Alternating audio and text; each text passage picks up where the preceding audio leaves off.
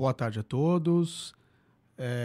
A gente está começando agora mais um webinar com um tema bem pertinente ao assunto do mercado de transporte e logística, que são indicadores no mercado de logística e transporte rodoviário de cargas, né? Para quem está acompanhando o vídeo e o evento hoje, a gente está fazendo um trabalho de divulgação do nosso e-book também sobre o mesmo tema, né? Que é possível ter acesso e fazer o download gratuito através do nosso site, www.tdbtransporte.com.br. Primeiramente, eu gostaria de agradecer o Mauro pelo aceite do convite, pela participação, né? Enfim, né? Foi o Mauro, um amigo de longa data. Eu tive a oportunidade de conhecê-lo quando ele foi diretor de logística lá na Arezzo, né? Tivemos um contato breve enquanto ele trabalhou na Zara também por um longo tempo, né? E certamente 90% desse material tem as mãos do Mauro, né? Primeiramente, Mauro, obrigado pelo convite e pela parceria e ter aceitado o projeto aí enfim, a ideia é disseminar o conhecimento, né? Que a gente conversou. Boa tarde, Thiago. Eu que agradeço a oportunidade. Boa tarde a todos que nos acompanham. O assunto também é feliz, né? O assunto, acho que ele é um assunto bastante pertinente para a área. E o projeto, né, que a TDB faz com os e-books, com essas lives, eu acho que a disseminação de conhecimento ela é extremamente valiosa, né? Importante.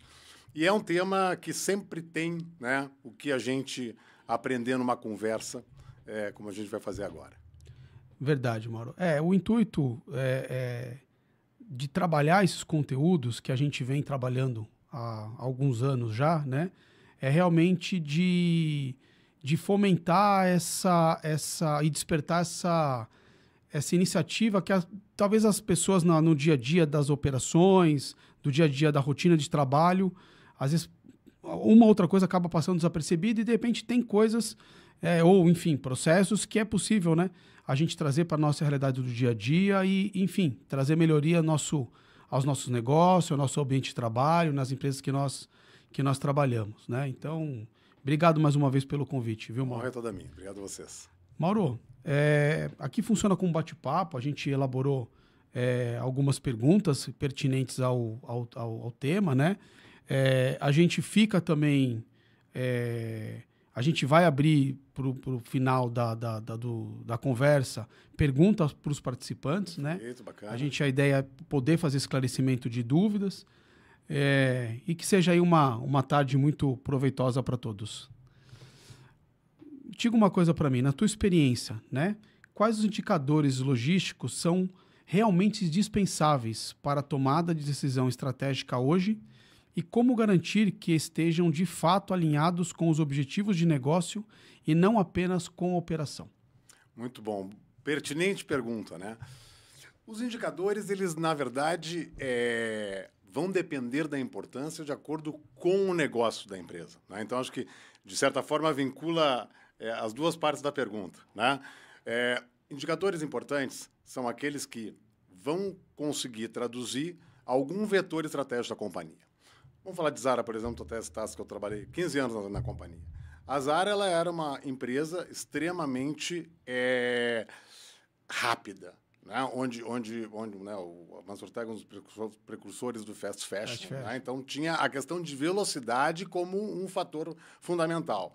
Bom, então, no caso de Inditex, lead time, né, era um indicador extremamente importante. Muito bem. O que está por trás de um lead time? Né? O que está por trás dessa estratégia? Bem, se velocidade é algo importante, né, já começa desde a escolha de modal, por exemplo, de transporte. Né? A Inditex é o maior transportador aéreo da Europa, né, justamente em função de um abastecimento baseado em uma tecnologia, uma técnica, né, um procedimento push and pull, né, no qual, quanto mais rápido, né, for isso em toda a cadeia, a gente vai falar, acho que um pouquinho depois também indicadores de cadeia, né, do ponto de origem até o destino, precisa a maior rapidez possível, né, para poder ter um equilíbrio de estoques melhores nas lojas e isso atender bem uma oferta, digamos assim, um propósito da Zara, que é grandes ofertas, né, em grandes áreas de vendas, com reposições sistemáticas e com frequência, em alta velocidade. Então, todos os indicadores podem ser importantes. Vai depender muito do propósito. O lead time ele pode não ser muito importante, por exemplo, para uma indústria, né? Ele pode não ser muito importante para algum segmento específico de mercado. Então, é preciso entender que logística hoje faz parte de um core estratégico, porque a partir desse core estratégico é que a gente vai partir para planos de ação em logística, e destes planos de ação é que a gente precisa medir, né? Então, seja ele lead time, seja ele OTIF, seja ele tempo de descarga em doca, sejam indicadores financeiros, custo de peça transportada, custo de peça operada e assim por diante, né? Como manter, né, essa fidelidade entre um indicador importante e a estratégia de negócio? São as discussões justamente de planejamento estratégico, né? Então, não se pode tratar uma operação logística e um controle de métricas, né, dissociado do negócio. Pelo contrário, né?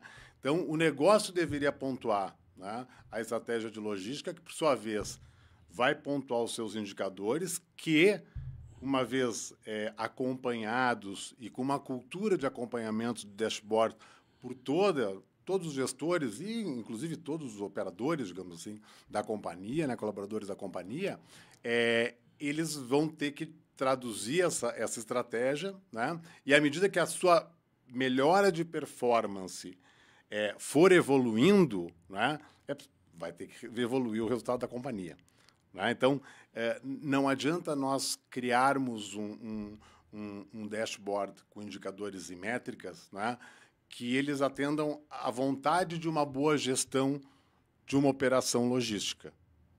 Na verdade, você precisa ter uma boa operação logística que atenda o propósito do negócio e aquilo que encanta o cliente, né? Tem que pensar na empresa não departamentalizada, né? Então, correto. Se cada um tiver o seu indicador, mas eles não convergirem com o propósito, cada um está correndo para um lado. Exato. Né? Então, é basicamente isso. Então, em termos, não há um indicador mais importante. O mais importante é que tenha definido o que é bom para o negócio, o que é bom para o meu cliente e a boa estratégia que eu vou fazer em logística para que eu atenda, né, esse meu propósito de negócio e encantamento do meu cliente. E aí eu vou entender quais são os indicadores que eu tenho à disposição, quase infinitos, né? A gente pode dizer que pode se medir praticamente tudo, né?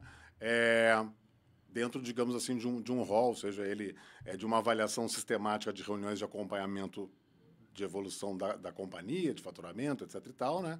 Seja eles até, né, para remuneração de bônus, etc. e tal, de remuneração de performance para executivos e até para todos os funcionários, né? Legal, bacana, Mauro. E quais são os impactos mais visíveis quando uma empresa começa a monitorar corretamente os indicadores, como OTIF, como lead time, custo logístico por pedido? A palavra corretamente é boa nesse caso, Thiago, porque muitas vezes as empresas elas têm paradigmas, né?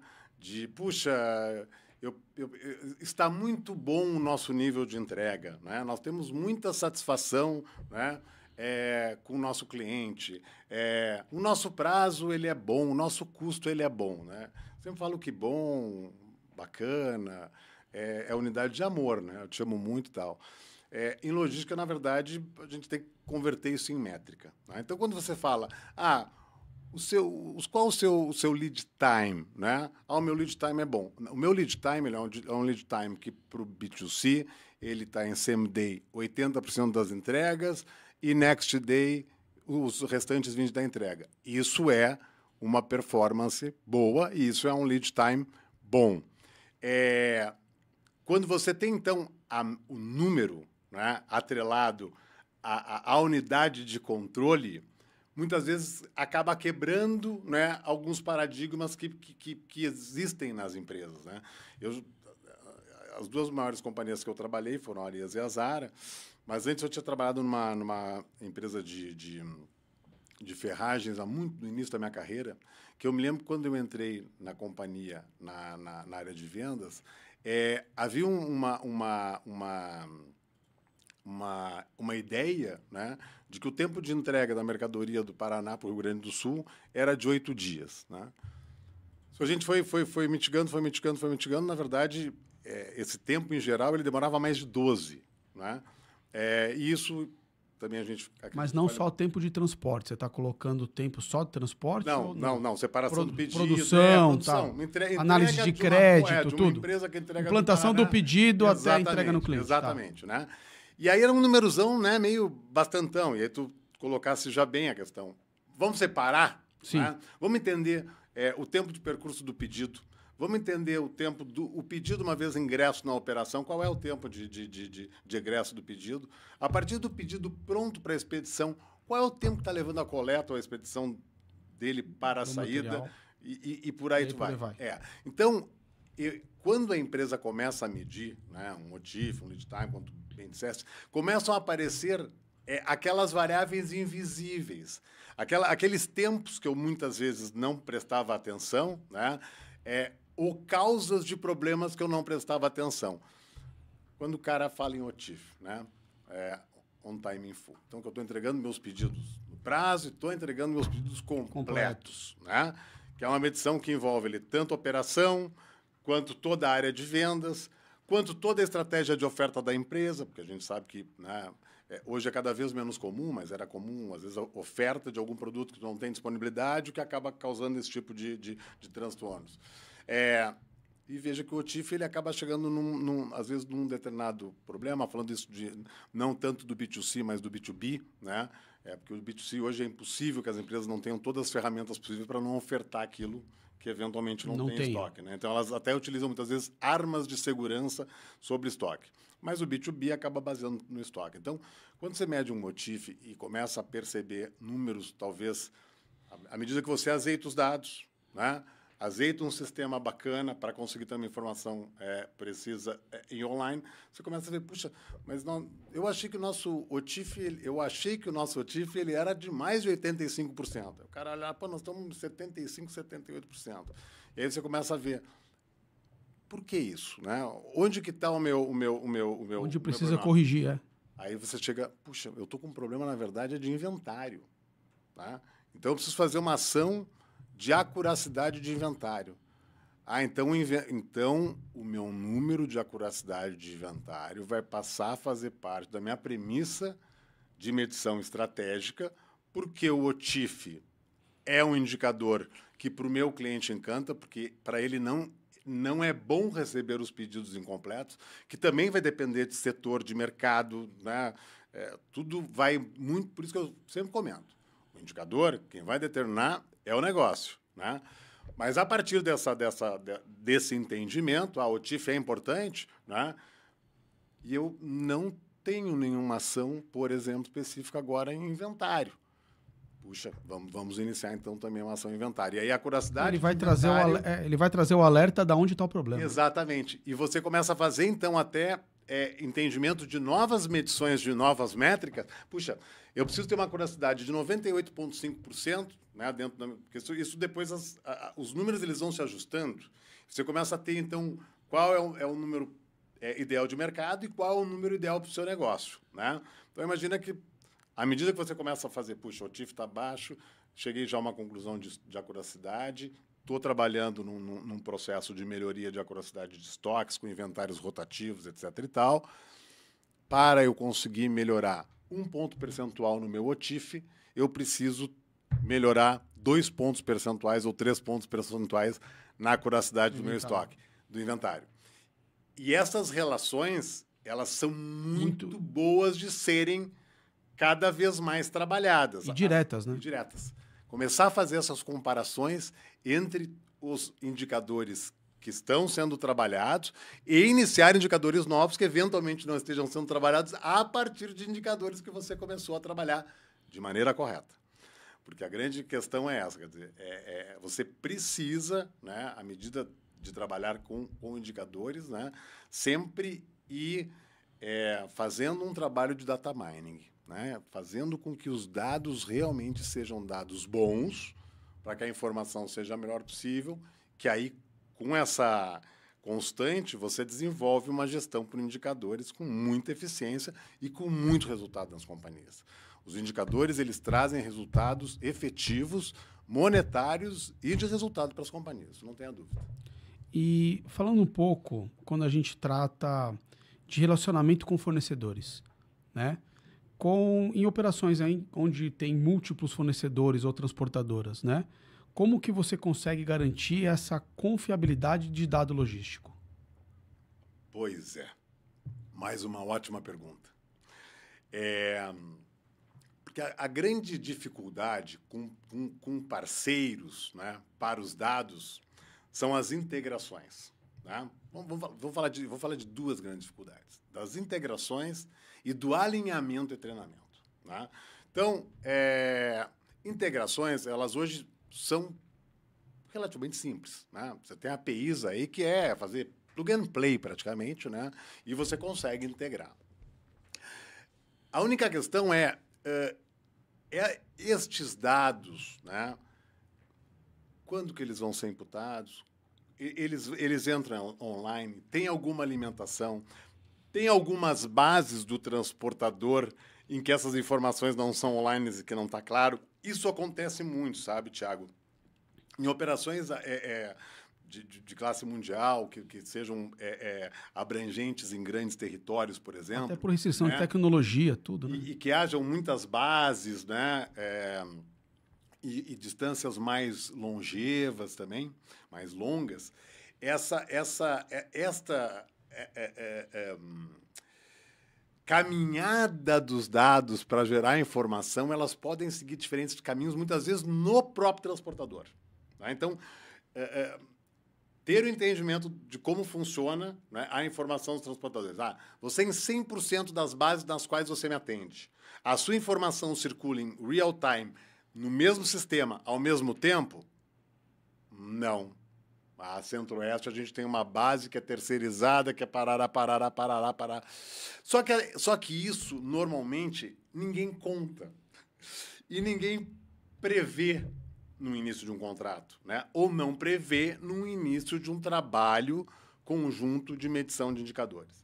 Então, qual é a minha sugestão para que funcione, né? Bem, porque é muito comum até o que tu está perguntando, né, Mauro? Né? Como é que faz vários transportadores, né?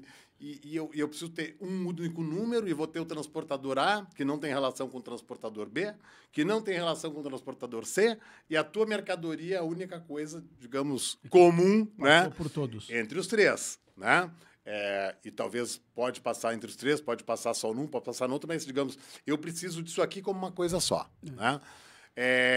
Então, primeiro ponto. Quando eu vou contratar, eu já tenho isso claro dos indicadores, né? É prever todas essas nuances, ou seja, prever as situações para ter as informações para poder ter o entendimento do transportador contratado, que indicadores, para mim, é importante. Olha, para mim, indicador de lead time, indicador de OTIF não vai ser tanto transportador, mas de lead time, vamos colocar, ele é importante. E eu preciso, né, das confirmações das minhas entregas, né, em o D0, ou eu preciso em horas, ou eu preciso em D+1, né, porque tem muito, no B2B é muito comum essa questão também de problemáticas, muitas vezes, das confirmações de entrega.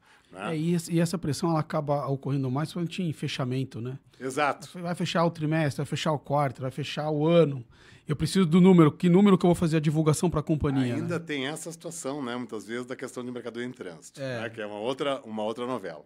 Mas vamos voltando, então, para te responder rapidamente a pergunta. Vou adotar um novo contrato? Eu tenho que combinar isso muito bem combinado. Da integração, mas da integração também para o treinamento.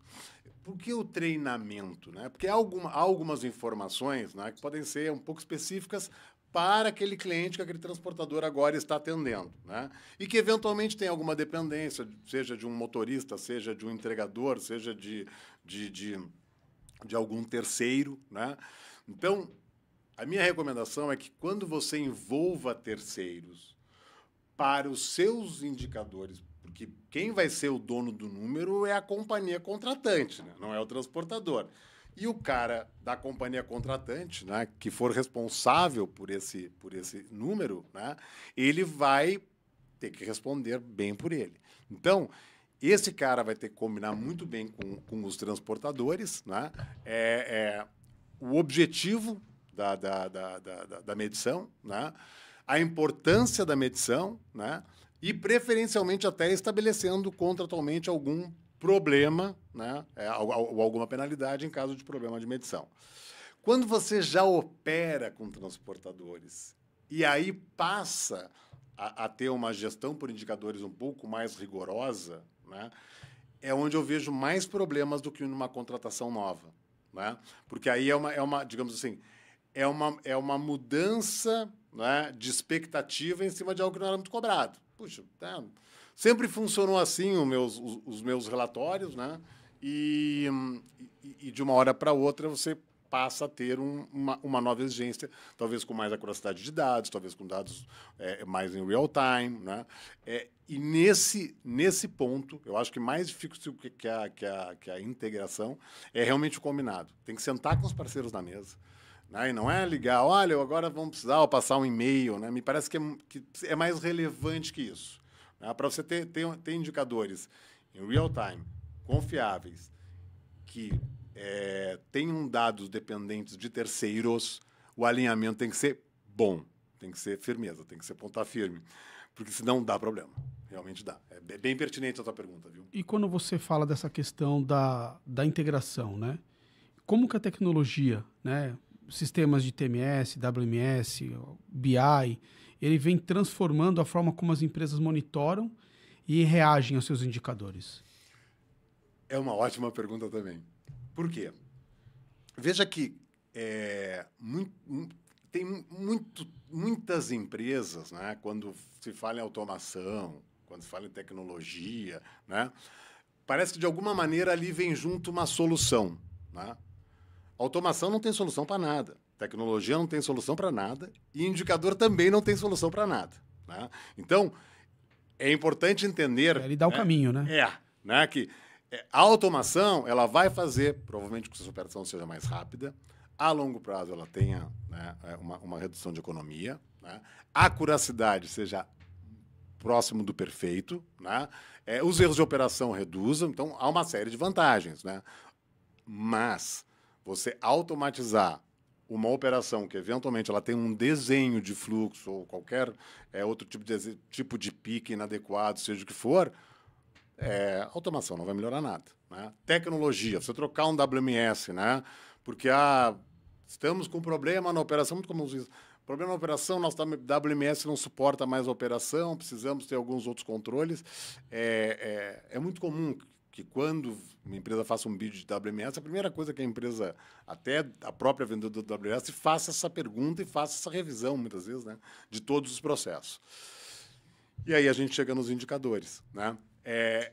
Eu posso ter o melhor BI do mundo, né? Se eu não tiver, primeiro, a origem boa do dado, né? Que o meu dado seja garantido, e aquilo que eu realmente deva medir, né? O que eu devo medir a partir desses sistemas que eu conto, também não resolve muita coisa. Então, respondendo à pergunta como o WMS ajuda, eles vão ser, na verdade, fatores de suporte. São ferramentas, né? Para uma boa gestão por indicadores, né? Mas eles não vão ajudar a tua vida a tu teres uma medição melhor ou pior. Não é uma solução por si só. Não. Ou fazer uma gestão melhor ou pior por indicadores a partir do momento que você decidiu dar mais importância aos KPIs. Até porque se você tiver as ferramentas também e não utilizar, dá na mesma. Exatamente. Né? É só um dispêndio financeiro. Então, eu te diria que está muito bom, nós temos muita coisa boa disponível para fazermos gestão por dashboard, né? Mas, né, ele por si só, os sistemas por si só, eles não vão ser a solução para você ter indicadores mais acurados ou não, operação mais eficiente ou não, melhoras de números progressivas ou não. Você tocou num ponto importante quando você fala da questão do treinamento, né? Porque você ainda depende de pessoas, a gente depende de pessoas, né? Enfim. E você acredita que ainda exista uma resistência nas áreas operacionais em relação a essa cultura de dados? E como que a gente pode superar isso? Eu não sei se é exatamente uma resistência, né? Eu acho que talvez até um pouco de credulidade, sabe, Thiago? Porque a gestão por métricas, ela precisa começar a se tornar cultural, né? Porque Quando você fala de métrica, imagina uma grande empresa lá com seus departamentos normais. É financeiro, contabilidade, compras, comercial e logística. Né? Existe a boa dobradinha da companhia, né? Está sempre lá entre comercial e logística. Né? E o comercial normalmente também tem uma linguagem mais voltada ao amor, né? Nossas entregas estão demoradas, os nossos pedidos estão sendo entregues mal, os nossos clientes estão reclamando. Né? Aí vai o cara de logística e diz lá, olha, nós estamos com um lead time, né, de 2,3 dias a nível Brasil e tínhamos 2,5 no ano passado. Nós estamos com um OTIF de 95%. E nós estamos com o carregamento em doca, né, com 35 minutos. E estávamos 50 minutos no ano passado. Não fecha o que você está falando comercial comigo. Mas não é essa a conversa. A conversa é que você tem que aculturar toda a companhia, né, em cima dessa gestão de métricas, né, para que se torne uma conversa reta, né, clara e que realmente vá trazer progressos e melhorias para a companhia. Então, quando o departamento comercial tiver alguma reclamação, o ideal seria... Puxa, eu estava analisando os nossos dashboards, né, e percebi que nas 2 últimas semanas o nosso lead time médio ele foi para 2,8. Logística. Por que nós estávamos no início do mês com o nosso lead time a 2,4 e agora estamos a 2,8? Né? É diferente da conversa. Os clientes estão me reclamando que as entregas estão atrasadas, os clientes estão me reclamando que os pedidos não estão incompletos. Então, acaba sendo uma resistência, porque a medição não é simples, né? Porque já falamos, depende de dado, depende de treinamento, tem que ter uma disciplina, números são números e não mentem, né? Só que ter os números, né, e falar numa linguagem de números para um departamento cuja linguagem não esteja familiarizada a isso e não haja um trabalho na companhia para esse fim, entre aspas, com um papo de louco. Não fica uma conversa boa, começa a ter uma conversa ruim, entendeu? Então, é bom para uma empresa trabalhar com métricas de indicadores, né? Vamos aculturar isso para todas as áreas. É bom para todo mundo. Até para não generalizar, né? Até porque pequenos desvios vão acontecer. Claro. Faz parte do processo. Por né? mais que a gente tente trabalhar e corrigir, assim, né? 100% nunca. Exato. Você vai conseguir chegar ao mais próximo. Né? E gera conversas boas, né, Thiago? Porque não fica aquela coisa... Tá todo mundo reclamando. Aí daqui a pouco tá todo mundo é porque numa região XYZ desse número 2,8. Sabe? Então... as métricas elas são boas por isso. E para a área comercial é muito bom também, porque ela também consegue, muitas vezes, tendo essa cultura de métricas à mão, identificar com a área de operações aquilo que a área de operações precisa melhorar. Né? E se fazer uma parceria. Porque eu sempre digo, a gestão de indicadores ela é ganha-ganha para todo mundo, né? Seja para um terceiro contratado, seja para um departamento interno, seja para um stakeholder, né? Seja para um acionista, seja para um conselho da companhia. É muito bom. Não, e até porque numa situação que você tem essa democratização da informação, né, pelas áreas, a própria área comercial tem como argumentar com o próprio cliente. Exato. O meu pedido... Tá, aí vou dar uma olhada aqui. Ó, né? Realmente você teve o pedido, não teve o pedido, e não fica uma questão de percepção só. Né? Exato. Esse acho que é o grande desafio. Muito bom que tu dissesse, porque isso também traz um pouco mais de confiança à área comercial na área de operações. Poxa, eu tenho uma área de operações, né, que tem as métricas. Sempre que eu pergunto alguma coisa, eu tenho os dados. Eu sou informado dos dados, né? E aí, sabe que tem área comercial, as empresas dizem, eu tenho que ver lá com a logística, os caras estão lá numa bagunça. Às vezes você ouve umas coisas, né? Que são... Eu não sei o que eles estão fazendo aí, né? Eu não sei o que eles estão fazendo aí. Mais ou menos por aí. Tem umas coisas que são absurdas e que, infelizmente, são comuns no mercado ainda, né? aí essa tratativa, né, aculturada da gestão de métricas, né, também traz, parece que um pouco mais de empoderamento e pertencimento a todas as áreas, né? De uma forma mais direta, mais assertiva. E diminuir o conflito interno. E diminuir o conflito interno também, exatamente. Isso é importante. E, Mauro, agora pegando um pouco essa questão de indicadores de operação, né? Qual a importância de integrar os indicadores de armazém com os indicadores de transporte? Assim, pensando numa visão de performance um pouco mais abrangente, mais completa. Perfeito. Que é o que, lá no início eu tinha te dito, talvez a gente venha falar um pouco aí de cadeia, né? Então, quando se fala no famoso fast fashion, né, a questão era há uma métrica. Então, o fast fashion, ele, em média, deveria produzir uma peça de roupa em 14 dias, do ponto de origem até o cliente final, né? Bem, se estamos falando do ponto da matéria-prima até o cliente final, né? Então eu preciso, talvez, trazer até a métrica da área de produção, né? Então, é produção, operação e transporte. Agora, Thiago, talvez para uma empresa distribuidora de material escolar, né, isso não faça tanto sentido, né? Então, de novo,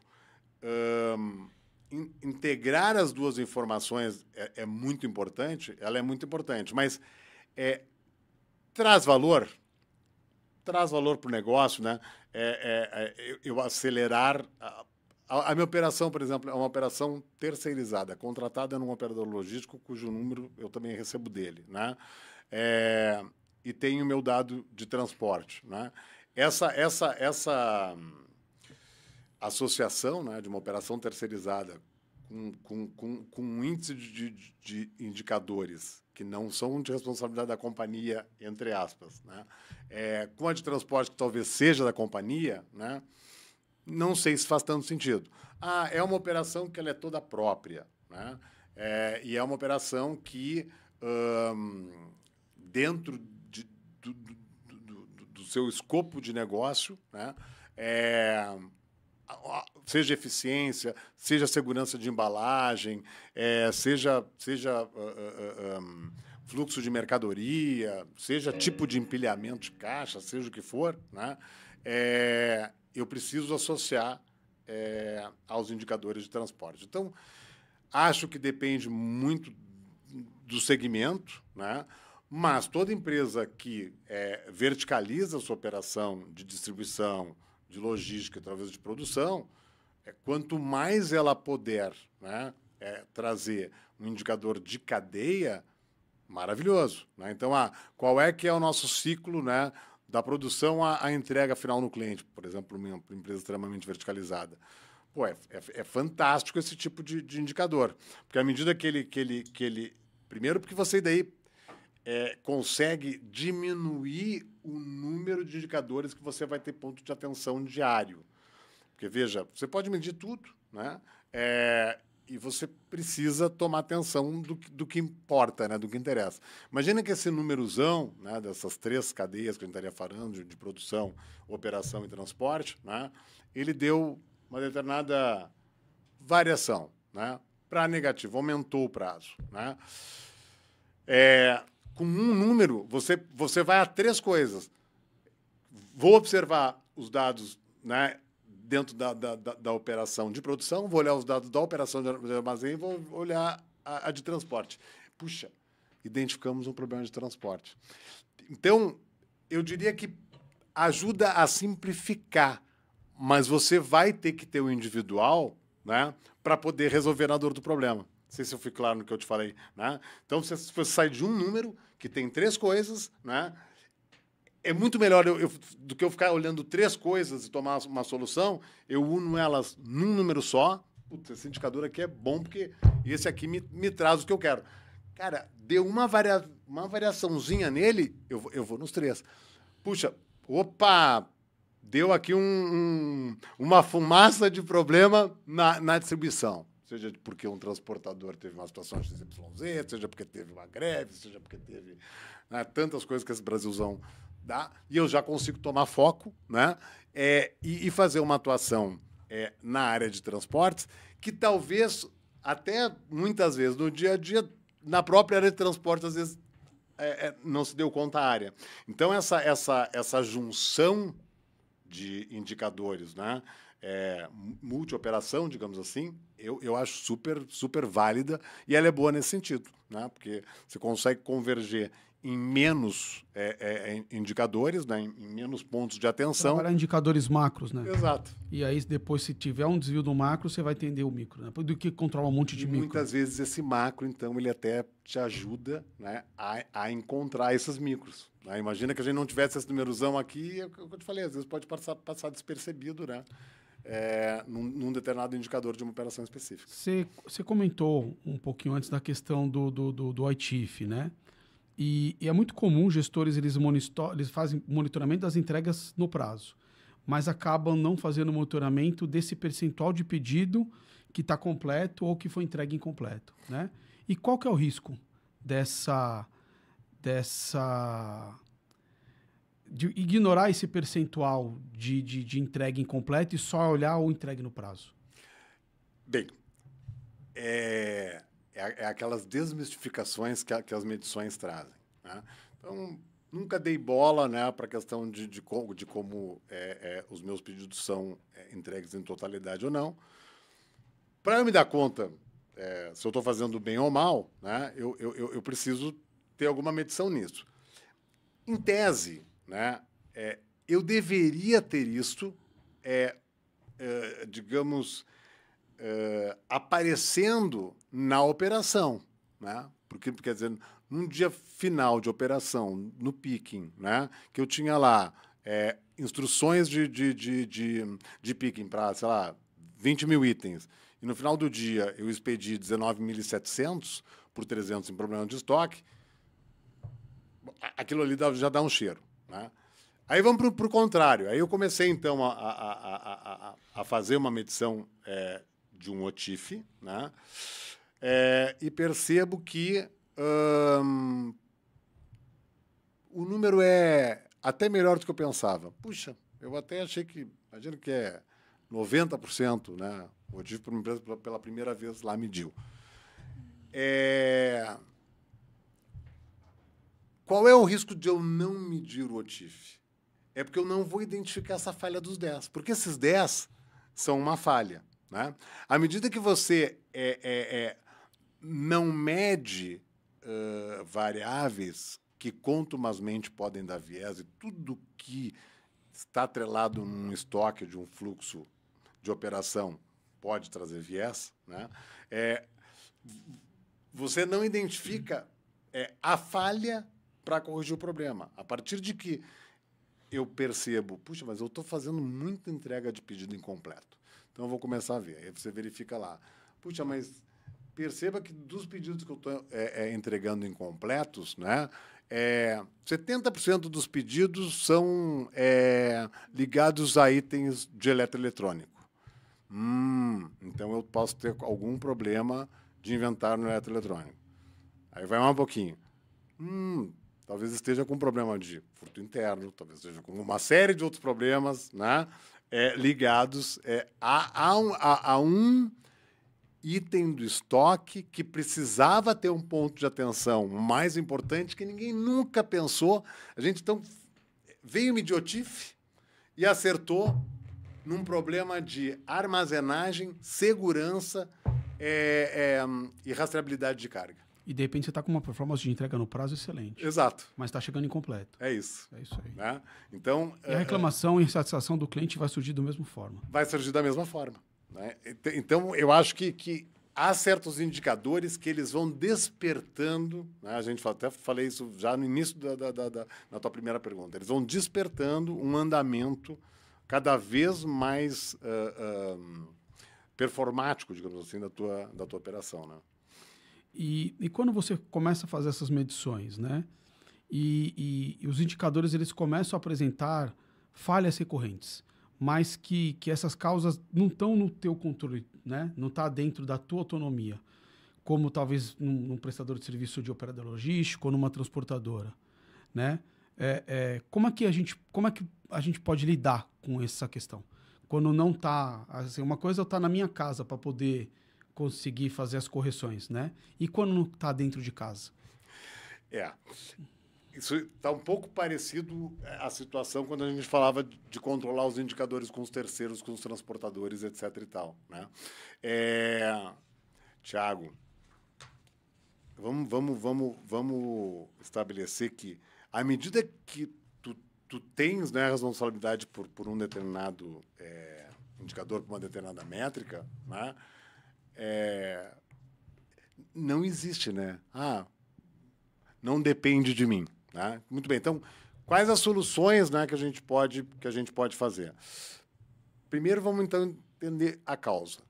Isso está acontecendo com contratos novos, contratos antigos. Está acontecendo com um transportador que está mudando o sistema. Nós tivemos eu presenciei uma série de situações nas quais transportadoras estavam mudando o sistema, transportadoras estavam passando por novos processos de aquisição, transportadoras estavam abrindo os novos hubs de distribuição, transportadoras estavam refazendo a malha de distribuição de certas rotas, parará. E a cada uma destas ações, né, influenciavam ou na qualidade do dado, ou no tempo em que o dado chegava, né? ou simplesmente não ter dado. Né? Já tivemos isso algumas vezes. Bem, isso para ser evitado só em contrato. Os contratos têm que ser bem feitos, no sentido de que toda a parte de informação, toda a parte de métricas, né, que sejam fundamentais para o negócio, né, elas também sejam passíveis de alguma penalidade em caso de incorrer erros. Né? Feito isso, Tiago, um bom contrato feito, né, com um bom combinado em cima da necessidade imperativa de que eu tenha bons dados, informações em tempo real e precisas, e estes terceiros não me atendem, aí eu estou com problema de gestão de contratos. Estou contratando empresas que não estão podendo atender às minhas demandas enquanto gestor dentro de uma metodologia por indicadores. Então, não tem muito como fugir disso aí, na minha opinião. Né? E qual o papel dos indicadores e metas bem definidas no contexto da gestão por indicadores? Como evitar metas inalcançáveis ou irrelevantes? Eu volto de aqui. repente vai ao contrário, né? Não, eu vou medir tudo, né? E aí tem coisa que não justifica a medição, né? Tem muita coisa que não justifica a medição. E eu acho que assim, o que justifica a medição? Tudo aquilo que, dentro de uma discussão, né, de propósito de negócio, de proposta ao cliente, de encantamento de cliente, e o que traga valor para o negócio, tem que ser medido. Então, eu acho que essas 4 perguntas o cara tem que fazer. Né? Dentro da minha operação, né? Isso aqui vai resultar em algum desses 4 pontos? Encantar o cliente, do propósito da empresa, e assim por diante? Beleza. Então, acho que a importância quem vai dar é o negócio. Né? Quando a gente fala... Só me repete a segunda... A primeira foi sobre Como evitar metas inalcançáveis. As metas inalcançáveis. Bom, a meta, ela vem dentro de uma abordagem de planejamento. Né? Então, como que se faz uma meta de uma companhia? A companhia faz um planejamento estratégico anual, ela reúne todas as áreas, ela divide, né, os seus propósitos. Seja uma pequena, uma média, uma microempresa, toda empresa faz um planejamento, né, seja de 6 meses, seja de 1 ano. Muito bem. Dentro desse planejamento, nós entendemos que nós vamos conseguir alavancar melhor nosso negócio se nós reduzirmos 1 dia de entrega para o nosso cliente, se nós vamos melhorar a rentabilidade do nosso negócio, se nós conseguirmos reduzir 5% no custo de peça movimentada, e nós também vamos ter um bom resultado do nosso negócio se nós conseguirmos estabilizar. Imagina que a empresa está com muita variação de custo de peça transportada, conseguirmos estabilizar o nosso custo de peça transportada. Né? Muito bem. Então, o ideal é que eu reduza 10%, né, no custo da peça movimentada, por exemplo. Né?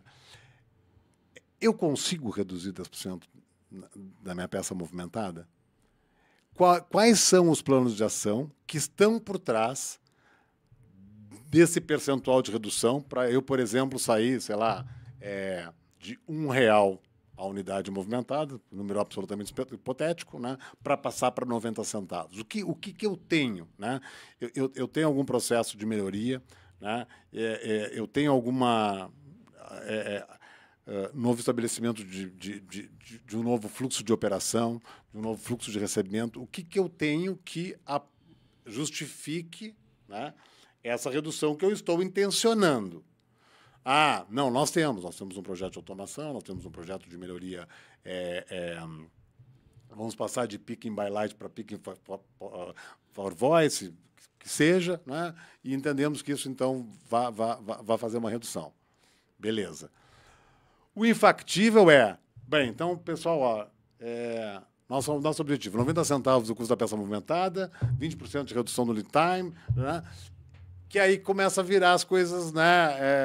Mas eu não acredito, assim... Da infactibilidade mesmo. Né? Sim, mas o que eu percebo, às vezes, Mauro, falando um pouco de realidade do mercado de trabalho, às vezes você tem situações de metas que são impostas, vem top-down, né? De cima para baixo, e mais ou menos assim, eu vou pedir 10, mas a gente sabe que não vai conseguir 10. Mas se conseguir 2, já é um ganho, sabe? Mais ou menos nesse sentido. Eu percebo um pouco disso, né?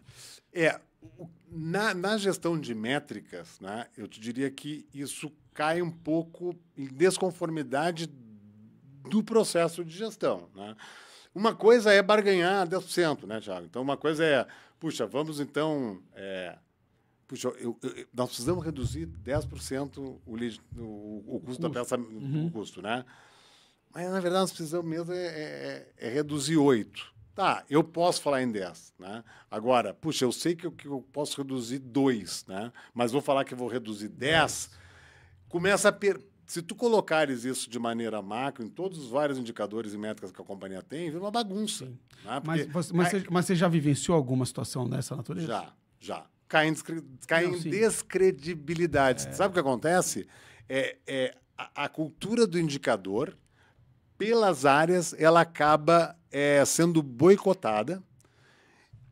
E tu sabe que quem faz a cultura da companhia são as pessoas, né? Não, e daqui a pouco todo mundo, mas o indicador lá, os caras sempre metem lá em cima e vamos chegar em 50% e pronto. Tá bom, mais ou menos a credibilidade da gestão. Sim. É mais ou menos assim, né? Qualquer coisa que eu entregar tá bom, porque não vai dar para alcançar isso aí mesmo. É isso, entende? Então, eu diria que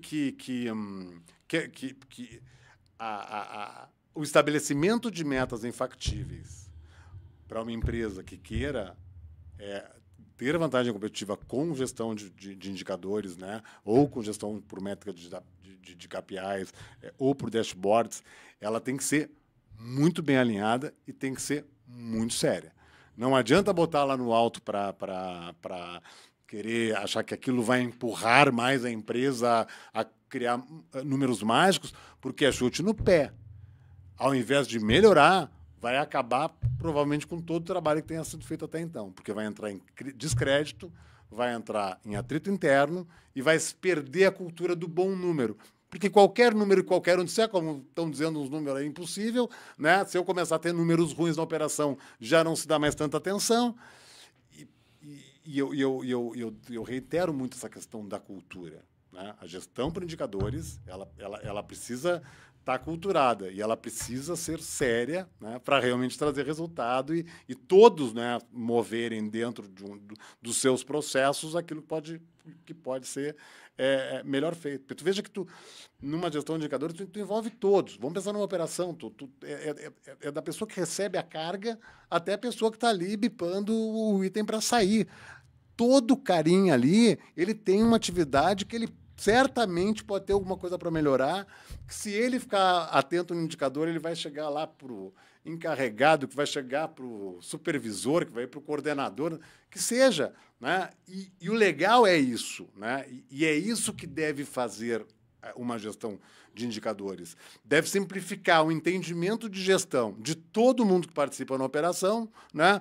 O cara não precisa saber de razonete, o cara não precisa saber de balanço, o cara não precisa saber de DRE, o cara precisa saber do número da função que ele trabalha, que é empilhar a caixa no pallet, que seja, né? Puxa, aquele número para mim é importante, que é o custo da operação, que é o tempo de tráfego do pedido, quero que seja.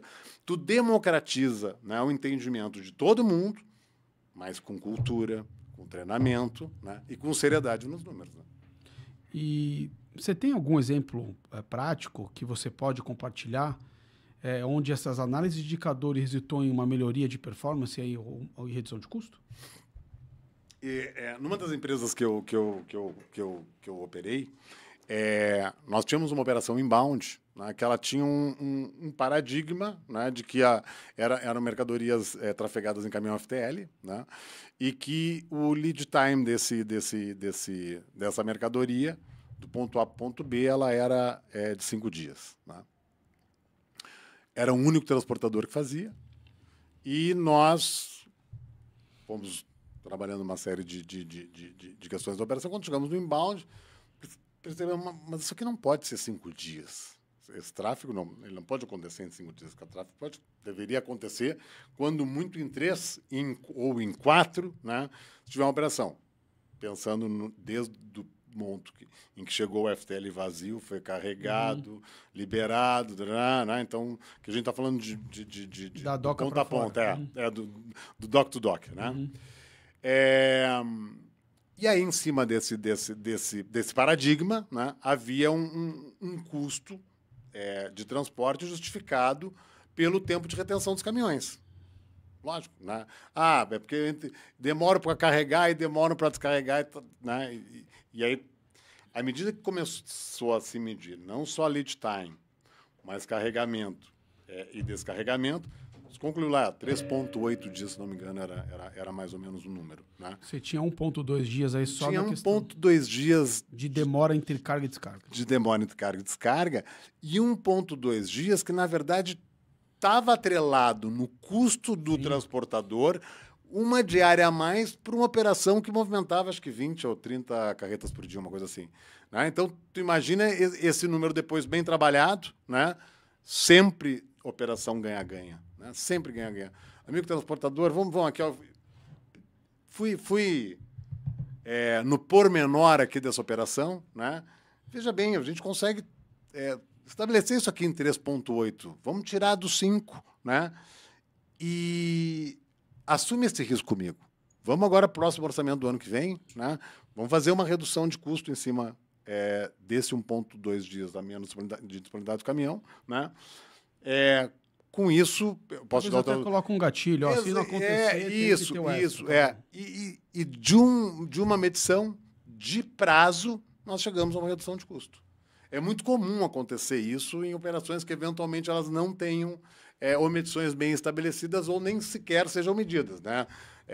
Sejam verdadeiras lendas, né? Que às vezes se criam na companhia algumas lendas, né? Quando não há os números, todo mundo fala um número, é 6 dias, é 6 dias, é 6 dias.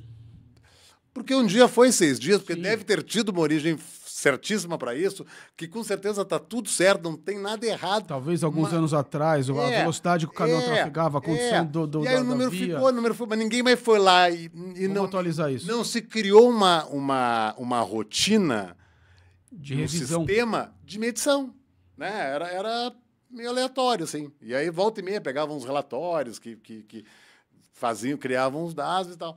Então, quando você sai do empírico, né, para o científico, é muito legal, porque tem muita oportunidade, viu, Thiago? Muita oportunidade.